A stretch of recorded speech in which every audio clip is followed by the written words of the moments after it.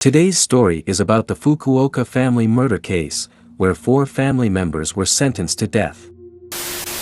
On November 26, 2004, a man driving a taxi in Fukuoka Prefecture, Japan, picked up a strange barefoot passenger. The passenger, constantly looking around as if being chased, claimed to have escaped from a 3-day captivity by Yakuza and asked to be taken to where he had acquaintances. Believing him, the taxi driver agreed and started the taxi, even lending him his cell phone during the journey. As they moved away from the area, the man expressed a desire to stop at a convenience store, and the taxi driver pulled over. After a brief stop at the convenience store, the man even offered a drink to the taxi driver, who thought he was very polite and well-mannered compared to other passengers.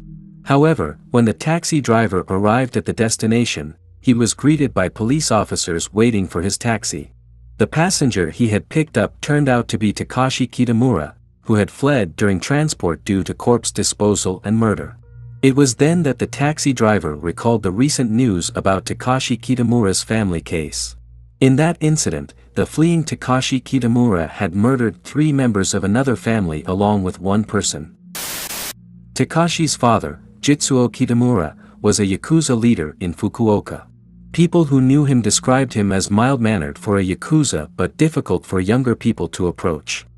At the time of the incident, his subordinate organization consisted of only 5 people, with actual power held by his wife, Mami.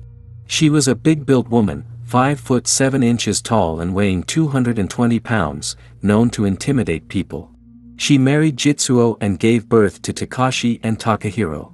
Takashi, like his mother, had been big since childhood and dreamt of becoming a sumo wrestler. He had a reputation for being strong in fights during middle school, and indeed, he had a violent streak.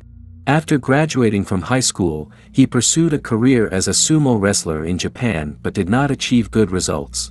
Disappointed, his disappointment turned into anger. He also grew tired of rigorous training every day. He suddenly thought that if the training facility caught fire, he wouldn't have to train anymore. Acting on this thought, he set fire to the curtains in the training facility. Fortunately, swift action by those who discovered the fire prevented it from becoming a major incident. Fearful of being caught for arson, Takashi fled back to his hometown. He lied to his parents, saying he quit because he was bullied by his seniors. Afterward, he helped his mother, Mami, who ran a construction company, and committed many crimes with his younger brother, Takahiro, who was once the leader of a delinquent gang. Takahiro was known since childhood for getting into trouble to the point where he couldn't handle things himself. He, too, wanted to become a sumo wrestler like his brother but failed to achieve good results and eventually blamed his coach, quitting altogether. Unable to do anything else, Takahiro gathered his peers in his hometown and formed a delinquent gang, committing several crimes. Under the Yakuza father Jitsuo's support, the mother, Mami, who ran a construction company while engaging in illegal activities, and Takashi and Takahiro, who abandoned sumo to lead a gang in the area, became a well-known family with a criminal reputation in the region. On June 16, 2000, H, who worked at the construction company run by Mami, took unauthorized leave. Takashi, harboring resentment, arranged for H's girlfriend to bring H to a certain location. Takashi called his friends, and when H arrived upon receiving the girlfriend's call, he saw Takashi and his friends and immediately tried to flee. In the process, he stumbled and fell into an irrigation canal. Despite the depth of the canal, Takashi and his friends tried to help H, but he refused assistance. Eventually, Takashi and his friends left H at the scene and departed elsewhere. The next day, on June 28, 2000, H was found drowned. Takashi was arrested immediately. Although H's death was deemed accidental, Takashi admitted to causing the situation that led to it. As a result, he was sentenced to 1 year and 6 months in prison on June 26, 2001. After serving his sentence, Takashi continued to engage in wrongful activities. Takashi and Takahiro, who always got into trouble, faced no opposition from local residents. The villagers refrained from confronting them because their parents, being part of the Yakuza, would intervene and threaten anyone who dared to fight with them. Those who associated with the Kitamura family were individuals from the shadowy world of illegal activities. Among them, Seoko Takami, who operated a loan business, received substantial assistance from the Kitamura family. When she couldn't repay the loans, Takashi and Takahiro helped her. In return, Sayoko paid a certain fee to the Kitamura family but occasionally had her money stolen by them. Upon discovering this, she frequently argued with the Kitamura family. At that time, the Kitamura family was financially strained, with no significant income, making it difficult for Jitsuo to pay the dues he owed to his boss. Additionally, his wife, who ran the construction company, had minimal income. They were heavily in debt, including to Sayoko. In September 2004, Mommy heard that Sayoko was planning to establish a financial company with a lot of capital and told her family about it.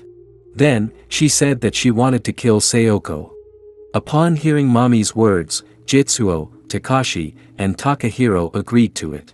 However, the next day, she dismissed it as a momentary anger and asked not to be concerned. Nevertheless, the next day, she and her husband planned to kill Sayoko. They intended to rob her of her money and decided to murder her. They obtained information that Sayoko had a lot of cash and planned to meet her, threaten her, take her money, and dispose of her in a river. However, their plan was not easy. Although they managed to meet Sayoko, they found it difficult to carry out the murder. Mommy planned to attack her with a weapon but couldn't. Meanwhile, while Jitsuo and Mommy were with Sayoko, Takashi and Takahiro headed to Sayoko's house. They were not part of Jitsuo and Mommy's plan but went to Sayoko's house and strangled her 15-year-old son, Joji, who was alone at home. They then stole around $4,000 and quickly grabbed valuable items, not knowing when Sayoko's elder son would return home. Afterwards, planning to abandon Joji in the river, they put him in the trunk. However, upon realizing he was still alive, they hesitated but eventually strangled him again, tied bricks to his neck, threw him into the river, and fled. On the other hand, Jitsuo and Mommy were keeping Sayoko captive. Upon learning that his parents hadn't yet killed Sayoko, Takashi declared that he would do it himself and headed to where they were. After calming Sayoko down, Jitsuo and Mommy handed her a lunchbox containing sleeping pills to facilitate the crime. Sayoko ate the lunchbox, and at midnight on September 18, 2004, they took the drowsy Sayoko in a car, strangled her, and threw her into the river. Jitsuo and his sons decided to eliminate Sayoko's elder son as well. They went near Sayoko's house, waiting for her eldest son. They spotted Sayoko's elder son, Tatsuyuki, returning home in a car with his friend, Junichi.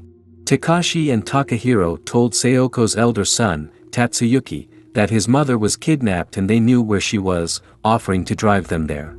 Takashi and Takahiro then took Sayoko's elder son and his friend to a remote location near the abandoned river where Sayoko and her younger son had been dumped.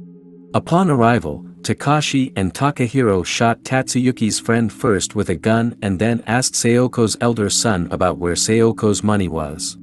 When he claimed ignorance, Takahiro eventually pulled the trigger, and both of them were thrown into the river.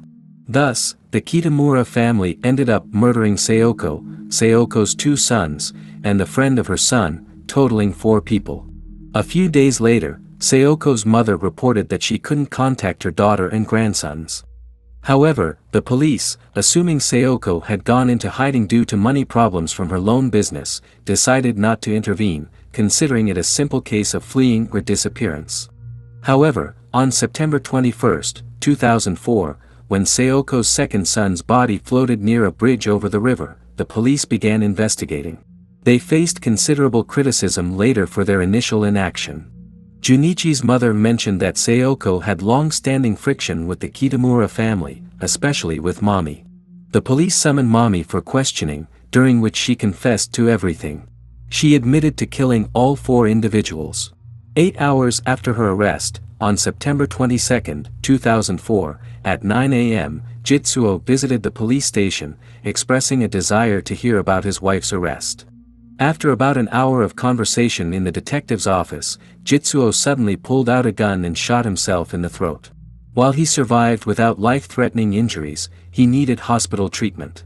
Initially, Mommy confessed to killing all 4, but the police, suspicious of Jitsuo's strange behavior, suspected she was hiding something. Based on Mommy's testimony, the police went to the river where the second son's body was found and discovered the remaining 3 bodies. The police noticed inconsistencies in Mommy's account. Although she claimed to have shot all 4, no bullets were found in Sayoko and her second son.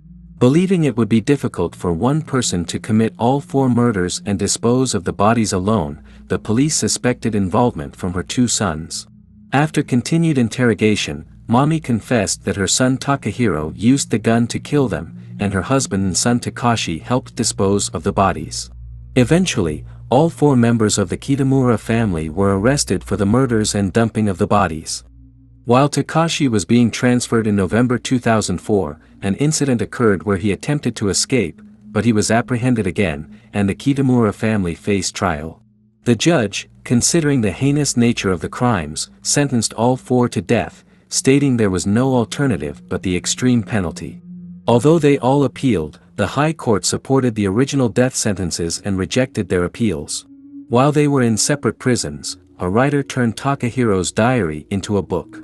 The author conducted interviews, asking if there was any remorse for the victims.